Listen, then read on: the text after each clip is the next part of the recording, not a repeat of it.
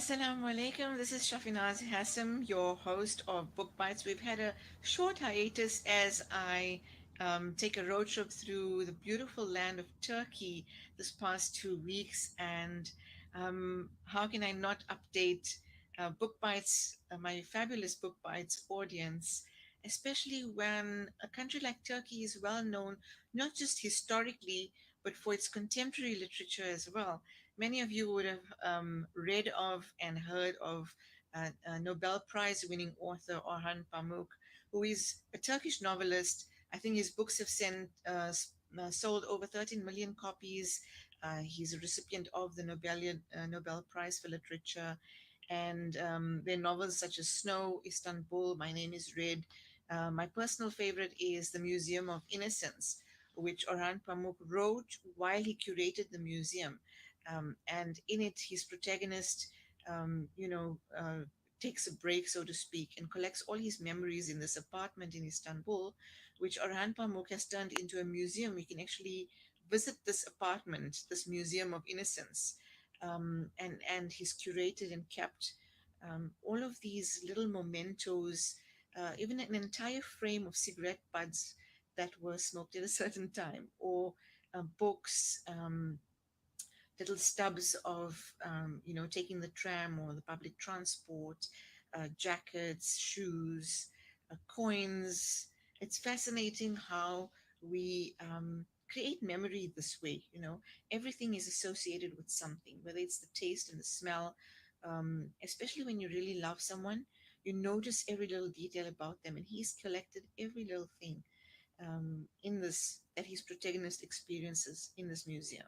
So it's quite a beautiful stretch of the imagination in the way that an author is able to take his work forward in this way. And beyond that, many of you, I know, readers and lovers of the work of Alif Shafak, who's written a book such as, she's written Honor in the past. She's written about 19 novels, also extremely well-known novelist, and The 40 Rules of Love, which is a fictionalized version of the story between Shamset Tabriz and Jalaluddin Rumi, and what entails, their story, but written through the eyes of a contemporary protagonist, which is quite a fascinating read. And there's such beautiful takeaways in that novel, lessons from the Divan Shams, lessons from Rumi's Matnavi, written in a colloquial, kind of easy to understand way. And it's I think taken the Western world by storm, because it's been a very amenable way to get used to the works of Mevlana Rumi. And so Elif Shafak's recently written books like The Architect's Apprentice. She's written a book recently called The Island of Missing Trees, which is apparently, doing really well on the charts. I need to get myself a copy. And more importantly, and what's really exciting, and which I will share as I go along, is my trip to Konya, which also entails, it won't be the first time I'll be visiting, but I'm really blessed and grateful to have this opportunity to pay respects once again, first at the mazar of the teacher, Shamsuddin Tabriz, and then at the mazar of the student, Mevlana Jalaluddin Rumi, with deep respect and love and kindness and compassion, to be able to embody, you know, this love of Habibullah that they have, and how it has come through in in their union, in their conversations, and how they've shared those conversations of beauty and love in their writings, in the Divan Shams, in the extensive Matnavi of Jalaluddin Rumi, and various works beyond that as well. And one of the most beautiful things to remember is Mevlana Rumi talks about the essence of all of his writing and his musings is ultimate friendship with Almighty Allah. We know that we're here to seek that closeness with Allah, but that ultimate closeness will be gained as we reach forward in friendship, in understanding, and putting our divine trust and gratitude only in the divine, in Almighty Allah.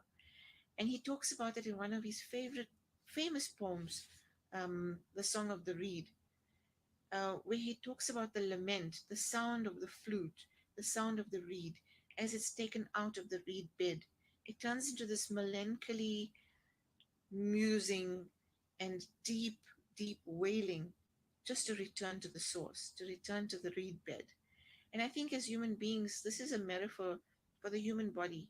For as us as human beings are just clay taken out of the reed bed. We're just clay taken from source, um, spending a lifetime of lament until we can return to source once again. So I'll have a little more along the way as I prepare my journey, and inshallah there'll be more. I hope that readers are picking up copies of Oran Pamuk's work, of Alif Shafak's work, and other authors that write in English. I'm definitely going to be looking out for more of those, and of course to pay reverence and in tribute to the works of Shamset Tabriz and Mevlana Jalaluddin Rumi and others.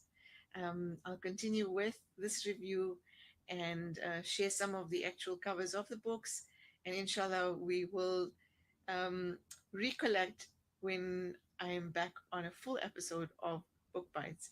For now, that's it from me. Assalamu alaikum wa rahmatullahi wa barakatuh.